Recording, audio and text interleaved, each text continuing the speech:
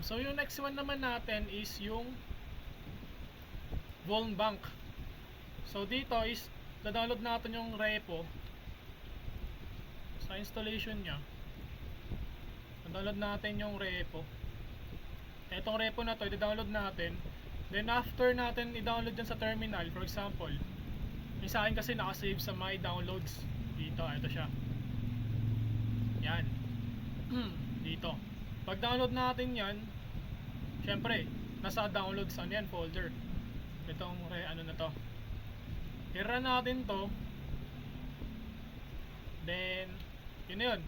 Kailangan mag-open tayo ng terminal dito. Yan, dyan tayo mag-open ng terminal. Dapat ito yung ano, yung current directory. Then, i-run natin to para mag-run yung yan. Kapag ganyan yung nakita nyo, nag-run na yan. Then, kapag i-down is, ito lang yung command. Then, ito yung kanyang access. So, kailangan burp suit din. Open browser tayo. So, yung vulnerability na gagawin natin sa kanya, yan, ito yung vulnerable bank. So, yung yung gagawin natin sa kanya is ito. Testing transaction authorization logic. Pen test tamper bank workflow request with burp attempt unauthorized transfers parameter tampering. Repeated transactions. Yan. Ito repeater. Repeater tayo. Okay. Ito tamper bank workflow request. Okay. Yung magawin tayo sa mga request. Ito na. Ito yung browser ng ito na siya. Ayan, register tayo.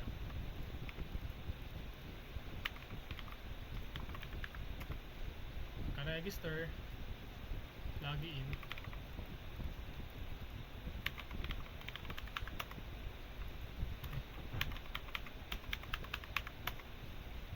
Ayan. Mali. Register ulit tayo.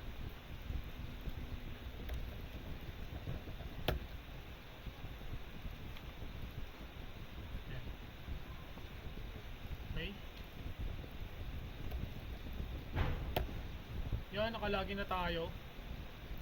So, dito pwede ata tayo mag-import ng dito. Tali natin mag-import ng hindi. Fine, pwede siya ng fine.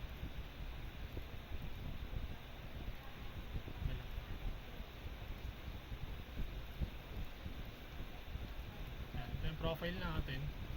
Ito yung 1,000 na current balance. So, yung gagawin natin is try natin send ng pera. Recipient's account number. Hindi, loan na lang, loan. Yan. Tama dyan ni sabi natin 1,000. Ilan ba pera ko ngayon? Meron ako $1,000. So, kailangan natin ulit na $1,000. Submit ng request. Pending. Okay. Intercept natin. History. Request loan. Send natin sa repeater. Yan. Ito siya. Amount 1,000. So, pending pa rin siya. Yun. Loan request. Successfully. Success status. So, gawin natin 5,000.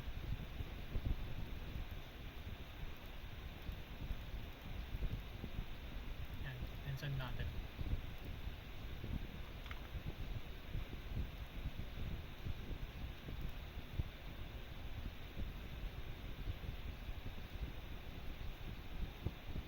Ay, hindi pala natin na-intercept. Off natin yung intercept. Yun, nagkaroon tayo ng pending ulit dito. Yan, so nagkakaroon tayo ng access doon sa burp suite. Nakapag-insert tayo ng So kapag pending yung request, magano tayo, money transfer. Try natin mag money transfer sa ano, 1, 2, 3. Amount is 1,000.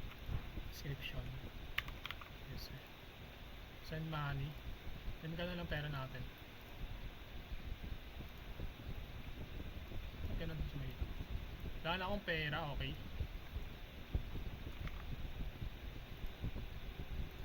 Request, nag-send tayo ng pera, ito.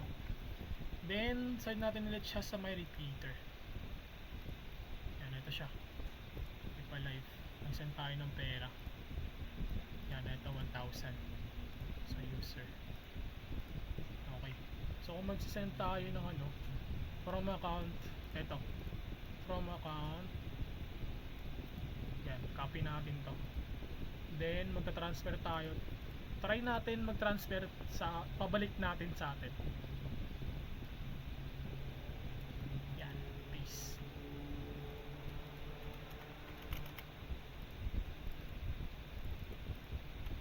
Diba dito na mabago? So dito, transaction natin, ito yung ID, ito yung token. So okay,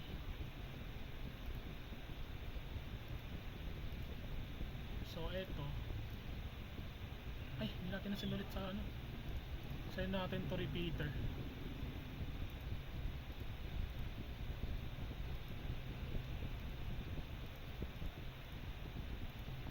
Send ako ng 1,000.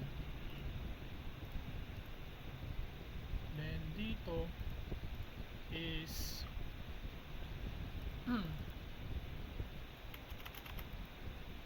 kailangan ito ma-edit.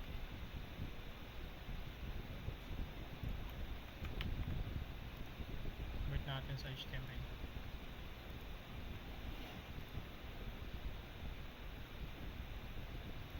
Ito, amount user, balik ta rin natin.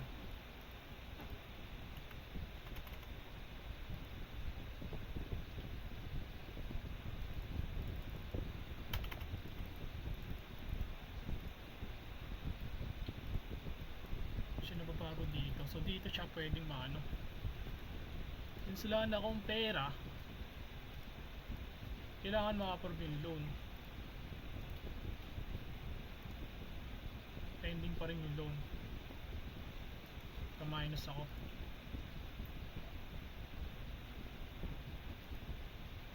So dito, since na-access natin to, ang gagawin natin, kailangan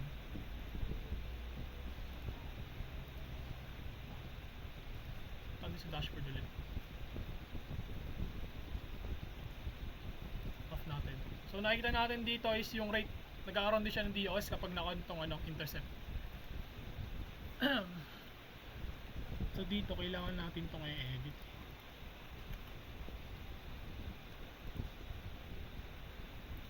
Success from account. So ito nga, okay. So paano kapag ito account 1, 2, 3,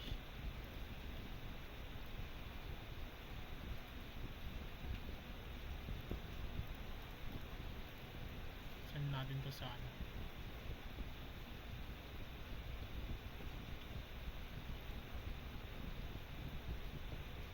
okay. So business logic. So dito na ma-modify natin yung kung ilan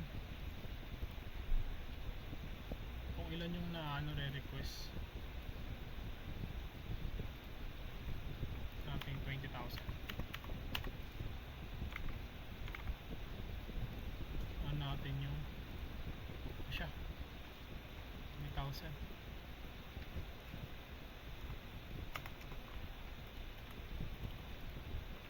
So intercept natin.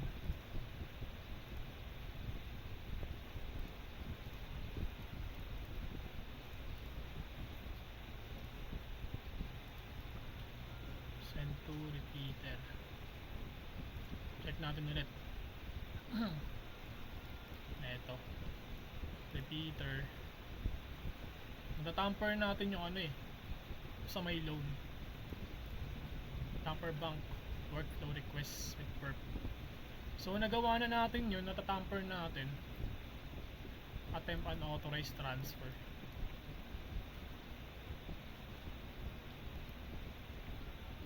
So eto, request ako. Send tayo ng ano. Ay, asan yung ano ko kanina? Yung pera ko kanina. Ito yung ID ko. Copy natin. Then recipient's number. Yan. Try natin mag ano ng 1,000.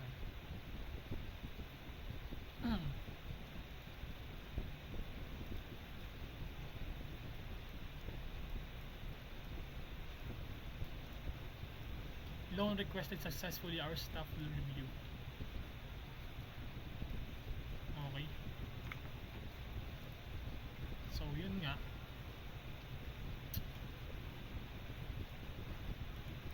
Matatamper natin tong sa may loan.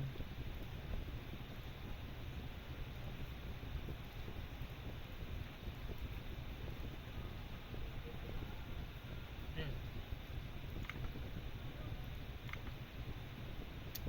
Okay, so next one yung gagawin natin is so yun nga is dito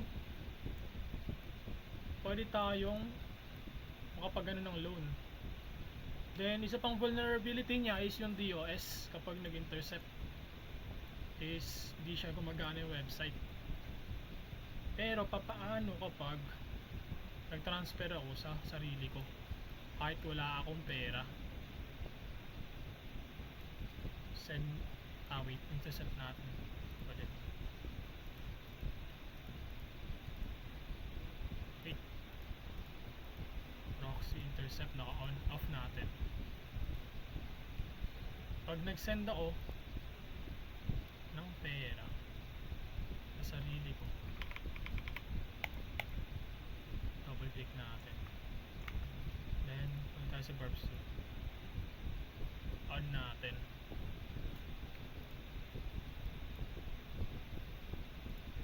Ito siya, insufficient funds. Okay, so paano ko nadadagdagan to? So for example, kukuha ako kanino to account, recipient account number. Yung kay 123 kanina kunin ko.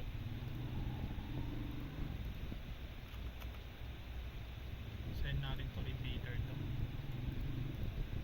Send to repeater. Yan. To account issue.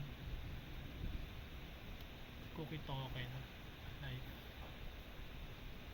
Dito. Paano kapag inanawa natin siya ng ano? From account.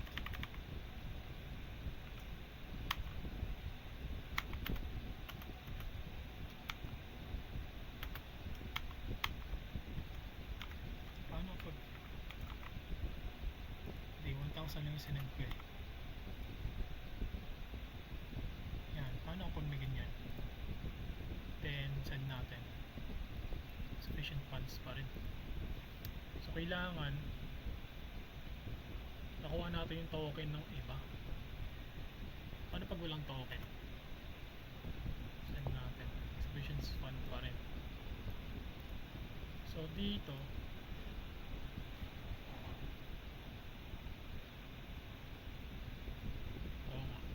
sufficient fund. So what if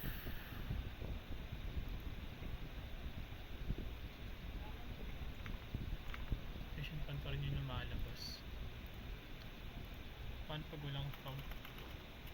Ganito lang. Yan. Special fund pa rin. So kailangan try natin pa-approve. Kasi dito nakapag-loan ako eh.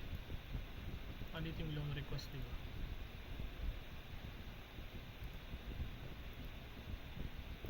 So loan request, pwede natin i-send dyan. Then eto siya. Kaya tayo mag-loan ulit.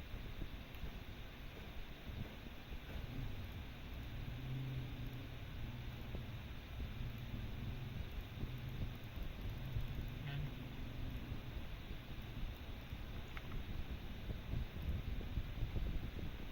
Loan ulit tayo. Mag-loan ulit tayo. Piso. Submit. Then intercept. Send. Sa repeater. Eto. Gawin natin yung kadami. Send. Eto. Sobra ng amount. Yan, loan requested successfully. Pwede ako makapag-loan dito. Ito, di siya gumagana. Nagkakaroon siya ng DOS. So, kailangan takbo na natin to. Yun, dumami na siya. Ang problema, paano ko pala ito mababawi? Try natin bawiin.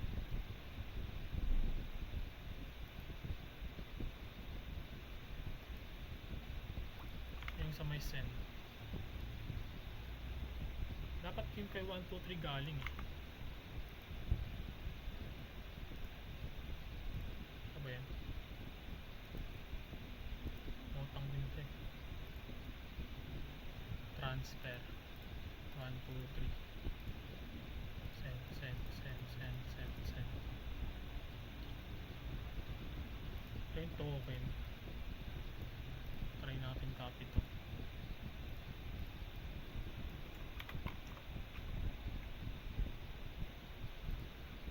Tignan natin yung dasa. Wala siya. Pero pag nag-send ako no, wala kasi yung pera. So yun, kanina natatamper natin to sa loan application. Kaya tayo ng card. Card limit is sabihin natin 10. Yan. Kaya ito ng card. Intercept natin. 10 lang yung limit kanina. Tataasan natin yung limit.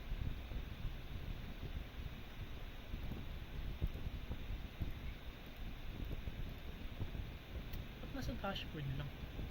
Okay, dashboard.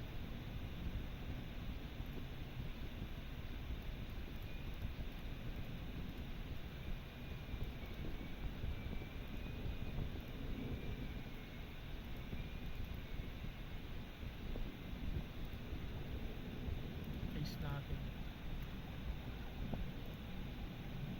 Host which is sent.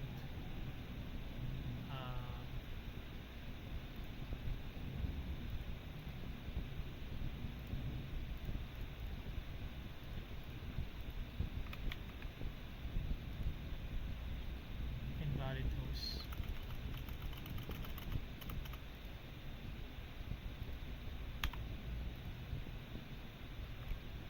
Server to which the request will be sent. Hindi siya gumagana.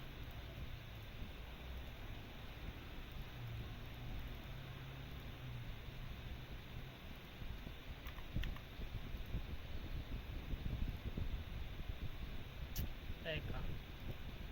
Port.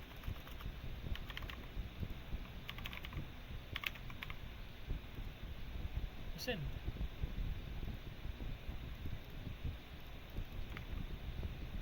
So dito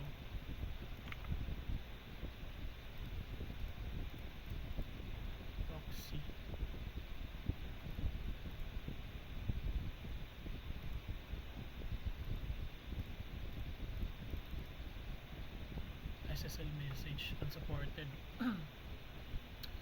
So yung magagawa lang kanina is tamper itong loan. Update limit. Then intercept natin.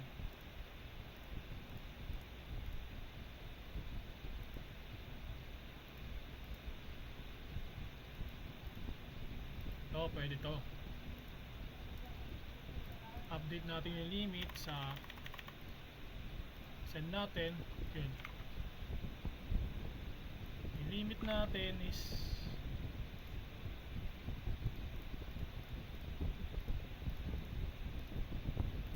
natin.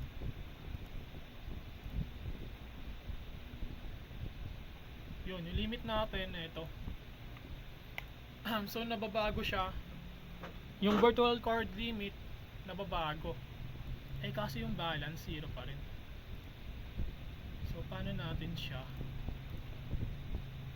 Na-update natin yung card limit gamit yung burp suit. Paano kapag sa pay bill? 100 utilities, account balance, virtual card, description, select card. Ito, pay now, select biller, city grid. Reset natin, check natin insufficient card balance.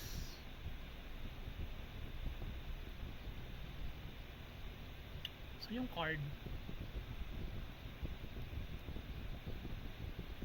so yung sa card, paano natin maano yung sa card? Pero paano natin to ma-accept yung loan applications, yung loan request? View support for account details, no personal but still vulnerable attacks.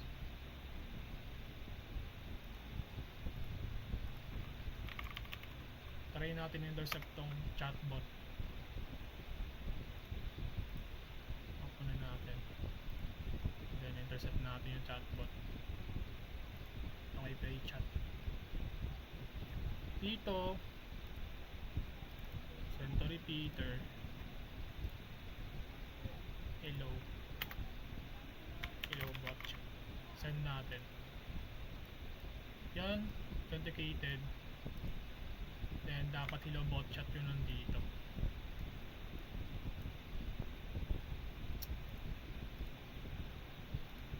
Saan yan?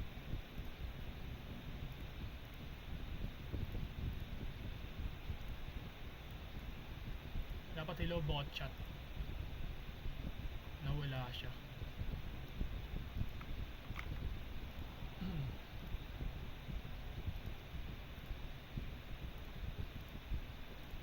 Nawala siya dito, nawala yung chat. I can help you with account inquiries, balance check, and transaction.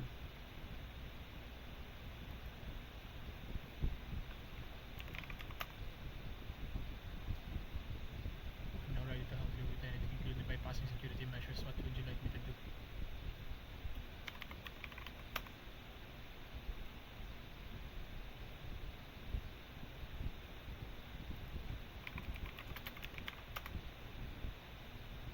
So ano kailangan? Ito, nag-modify ito, pati itong card natatamper natin ito. Pero paano natin bukod sa tampering, try natin mag nmap.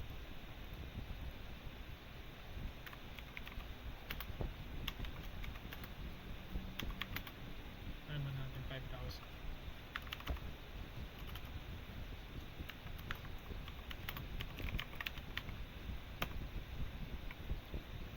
Ito yung mga vulnerable na ano niya, network.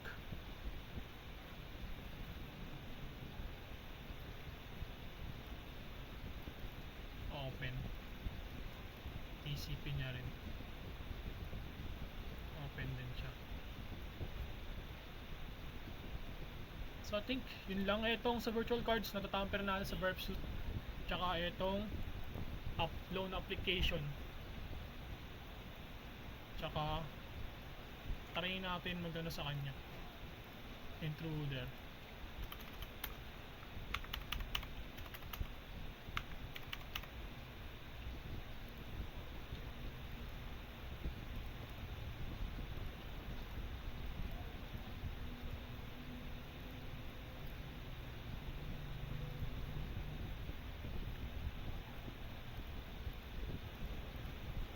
Ay, iba pala to. Saan to intruder pala natin yung ano?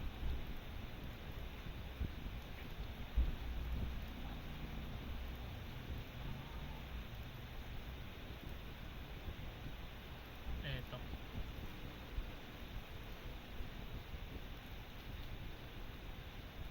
Cursor. Payloads. To accept loan.